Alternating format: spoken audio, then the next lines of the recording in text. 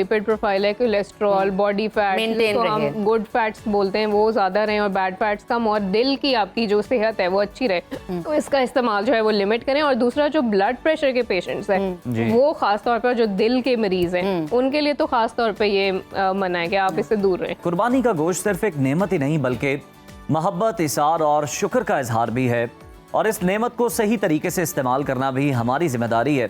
लेकिन मसला तब पैदा होता है जब हम खुशी में ये भूल जाते हैं कि ये गोश्त हमारी सेहत के लिए कितना मुफीद है, इसे कैसे और कब खाना चाहिए। वैसे ये कहा जाता है कि हर चीज़ की ज़्यादती जो है नुकसानदेह होती है, और गोश्त भी अगर बेएहतियाती से खाया जाए या बहुत ज़्यादा खाया जाए तो नुकसानदेह हो जाता है, ख़ास तौर पर उन लोगों के लिए जिन्हें पहले से कोई ना कोई बीमारी है, जैसे कि यूरिक एसिड हो गया, ब्लड प्रेशर हो गया या दिल के अमराज हो गए। तो उनके लिए तो ये सवाल बहुत अहम है कि गोश्त कितना और कैसे खाया जाए। तो आज के सेगमेंट में हम यही जानेंगे कि गोश्त की ग़िज़ाई अहमियत क्या है, कुर्बानी का गोश्त बनाने और उसे खाने का दुरुस्त तरीका क्या है, और किस जानवर का गोश्त ज़्यादा सेहत बख्श है। हमारे साथ मौजूद हैं न्यूट्रिशनिस्ट आमना अली साहिबा। आमना, वेलकम टू सुनो पाकिस्तान। Thank you. आमना, लोगों ने पूरी तैयारी कर रखी है कि हमने जो है ना अपने मेदों का इम्तिहान लेना है। बिल्कुल पूरा के गोश्त खाना है, स्टमक को हमने ना 3 दिन और बस छोड़ना नहीं है। तो हमें ये बता दें कि कुर्बानी के गोश्त की ग़िज़ाई अहमियत क्या है और हमारी सेहत के लिए कितना इम्पोर्टेंट है। जी देखिए, अहमियत तो बहुत ज़्यादा है और पूरा साल मेरा ख्याल है कुछ लोग तो वेट कर रहे होते हैं कि ये मौका आए और हम गोश्त पे आई वुड से अटैक करें। तो लेकिन ज़रूरी ये है कि किस तरह से और कितना खाना है, कितना अटैक करना और किस तरह से अटैक करना है। बिल्कुल, क्योंकि आप ये देखेंगे ये 3-4 दिन होते हैं ईद के, लेकिन इसमें इतना गोश्त और इतनी बदएहतियाती की जाती है कि उसके बाद हॉस्पिटल्स आपके भरे होते हैं, मैदे के मसाइल होते हैं, और ये जो लिपिड प्रोफाइल है, कोलेस्ट्रॉल वगैरह, ये हाई हुआ होता है। इसके अलावा यूरिक एसिड के बहुत सारे मरीज आते हैं, तो ये बहुत जरूरी है कि आपको भी बहुत सारी कॉल्स आती है। बिल्कुल हम तो रेडी बैठे होते हैं इस काम के लिए, घर से सर्विसेज प्रोवाइड कर रही होती है। बिल्कुल। तो इसमें अगर हम देखेंगे गोश्त किस तरह से और कितना खाना चाहिए, तो मैं एक इजी सा आपको फॉर्मूला बता देती हूँ। आपकी जो हथेली है, पाम साइज इसको बोलते हैं, तो ये इतनी जो मिकदार में ये आपकी एक सर्विंग है, तो आप एक दिन में 3 से 4 इतनी सर्विंग। मैं नहीं खेलती और मैं नहीं मानती। नो, ऐसा नहीं हो सकता। ऐसा ही है, ऐसा नहीं है।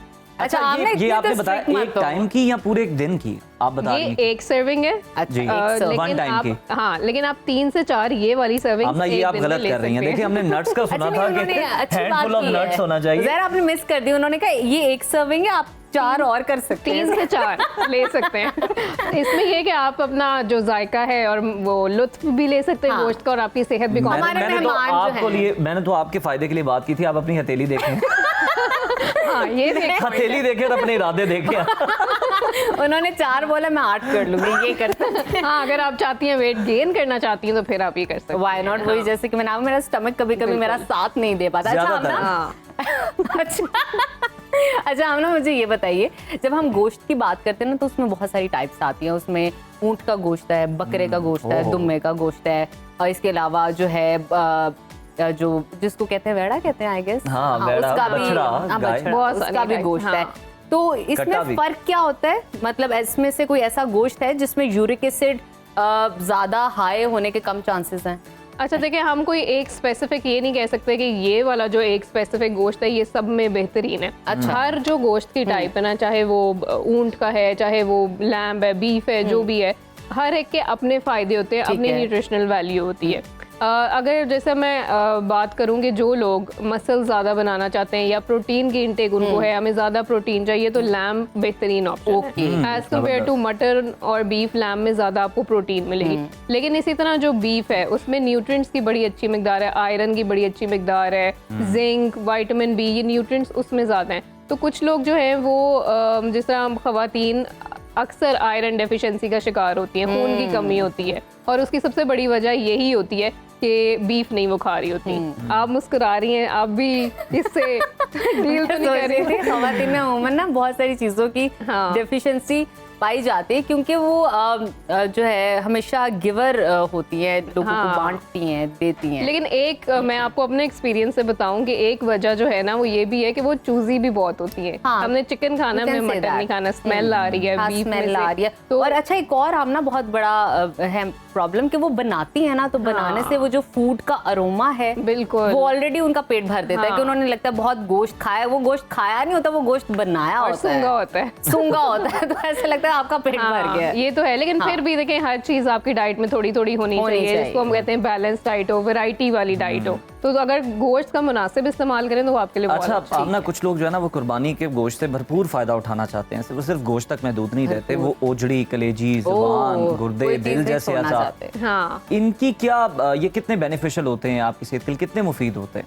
देखिए डिपेंड करता है आप कितनी मिकदार में इसको ले रहे हैं। अगर आप मुनासिब मिकदार में, जैसे मैंने पहले भी एक हथेली का हिसाब आपको बताया, आप उतनी मिकदार में कभी कभार महीने में एक दफा आपने ले लिया तो दैट इज फाइन। लेकिन अगर आप उसकी ज्यादती करेंगे तो ये सबसे बड़ी वजह बनती है आपके कोलेस्ट्रॉल हाई करने की। तो अगर आप चाहते हैं कि आपकी जो लिपिड प्रोफाइल है, कोलेस्ट्रॉल, बॉडी फैट, जिसको हम गुड फैट्स बोलते हैं, वो ज्यादा रहे और बैड फैट्स कम, और दिल की आपकी जो सेहत है वो अच्छी रहे, तो इसका इस्तेमाल जो है वो लिमिट करें। और दूसरा जो ब्लड प्रेशर के पेशेंट्स हैं, वो खास तौर पर जो दिल के मरीज हैं, उनके लिए तो खास तौर पे ये मना है कि आप इससे दूर रहें, अपने दिल का ख्याल रखिए। हाँ। आमना, मैं आपसे पूछना चाहूंगी, अगर मैं आपको कहूँ आप एक प्लेट बनाएं जिसमें फाइबर भी हो, मीट भी हो, सैलेड भी हो, तो कितनी क्वांटिटी में और क्या क्या होना चाहिए उस प्लेट के अंदर? बिल्कुल, ये बहुत अच्छा आपने नजफ पॉइंट रेस किया और इस पे बात लाजमी हमें करनी चाहिए। अमल करने वाला मामला हम बाद में छोड़ेंगे। हाँ हमारा काम है बताना, अमल करना आपका काम है।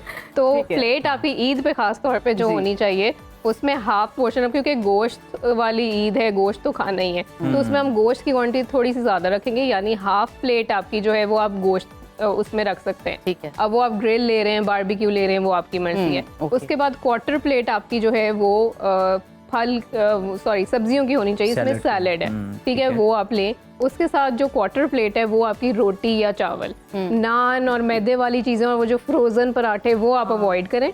आप चावल ले सकते हैं 10 से 12 चम्मच, और आप क्वार्टर प्लेट रोटी की भी ले सकते हैं। अच्छा, हमने इससे भी पहले के मरहले की अगर हम बात करें तो पकाने का सही तरीका क्या है? कुछ लोग हम देख रहे हैं कि बहुत ज्यादा पकाते हैं, मसाले डालते हैं, गोश्त को काला कर देंगे, पका के उसकी ये हालत कर देंगे, उससे जो न्यूट्रिएंट्स हैं वो कितने जाया हो जाते हैं, और पकाने का सही तरीका वैसे क्या होना चाहिए? बिल्कुल, हमारा फोकस ना जायके पे होता है, क्योंकि ईद है, दावतें होती हैं और हमें अपने आप को प्रूव करना होता है कि हम अच्छे शेफ हैं। तो हमारा जो सारा फोकस होता है वो मसालों पे और उन चीज़ों पे होता है।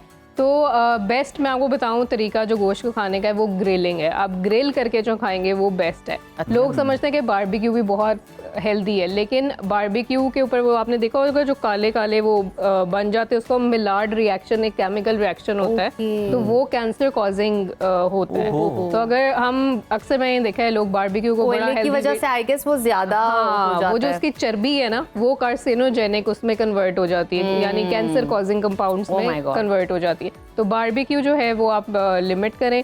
ग्रिलिंग बेस्ट ऑप्शन है, और जो भून के हम बनाते हैं ना उसमें इतनी हीट और इतने मसाले चले जाते हैं कि वो मैदे के लिए भी सही नहीं है। अक्सर बाद में ईद के बाद मैदे के मसाइल, एसिडिटी, जलन, ये बहुत कॉमन हो जाते हैं।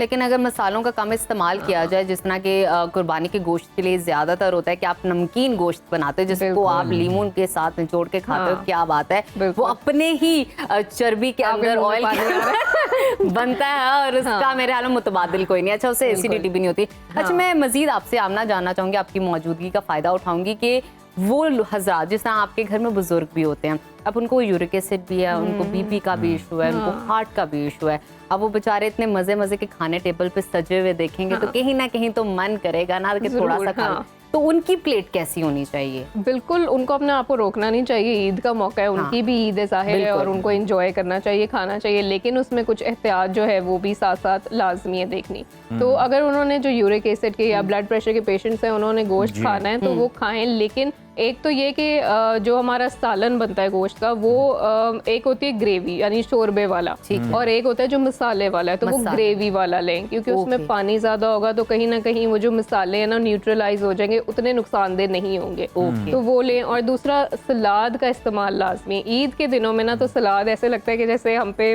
हराम है। हाँ। सैलेड का लोग इस्तेमाल करते ही नहीं है कि ईद है तो हम सैलेड क्यों खाएं। सैलेड क्यों खाए, ये तो गोश्त खाना है। कुछ लेकिन तो आपने- साथ रोटी का भी तकल्लुफ नहीं करते। बिल्कुल। ये अपनी लोग बात सॉफ्ट ड्रिंक्स बहुत ज्यादा पी रहे होते हैं। वो अभी से हम देख रहे हैं कि सुपर स्टोर से हम देखते हैं कि लोग जनाब बड़े बड़े पेट्स उठा के लेके जा रहे हैं कि जी ईद का मौका है, हमने खुद भी पीनी है, जो मेहमान को भी आएगा पिलानी है। उसको भी पिलानी है, जो गोश्त देने आ रहा है उसको तो जबरदस्ती पिलानी है। बिल्कुल।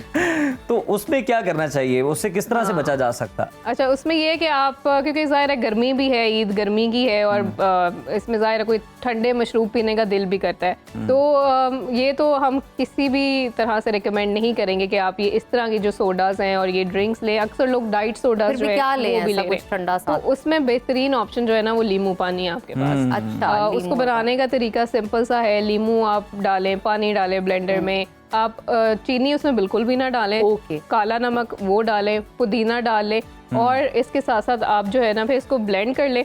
और अगर बहुत आप सोडा के शौकीन हैं, डाइट सोडास के तो बिल्कुल थोड़ी सी मिकदार में आप उसमें वो ऐड कर सकते ठीक हैं और इस तरह से उसको आप एक अच्छी सी drink जबरदस्त। बना थोड़ा सकते सा और ऐड करो इसमें, आप पुदीना भी ब्लेंड करके बिल्कुल डाल हाँ, सकते हैं तो ये और बहुत enjoy कर रिफ्रेशिंग। सकते और हैं। ये Exactly. जो विटामिन सी है ना जो लीमू है हाँ। तो वो गोश्त में जो आयरन है वो मजीद उसकी एब्जॉर्प्शन आपकी बॉडी में बिल्कुल बढ़ाता ठीक है। थैंक यू सो मच आमना, बहुत आपकी शुक्रिया। मौजूदगी का हमें Thank हमेशा you. बहुत फायदा होता है, क्योंकि जो अभी आपने टिप्स हमें बता दिए हैं जिससे हम गोश्त खा भी सकते हैं, कुर्बानी के गोश्त से फायदा भी उठा सकते हैं और साथ ही साथ हम साइमल्टेनियसली अपनी हेल्थ का भी ख्याल कर सकते हैं, जो कि बहुत ज़रूरी है।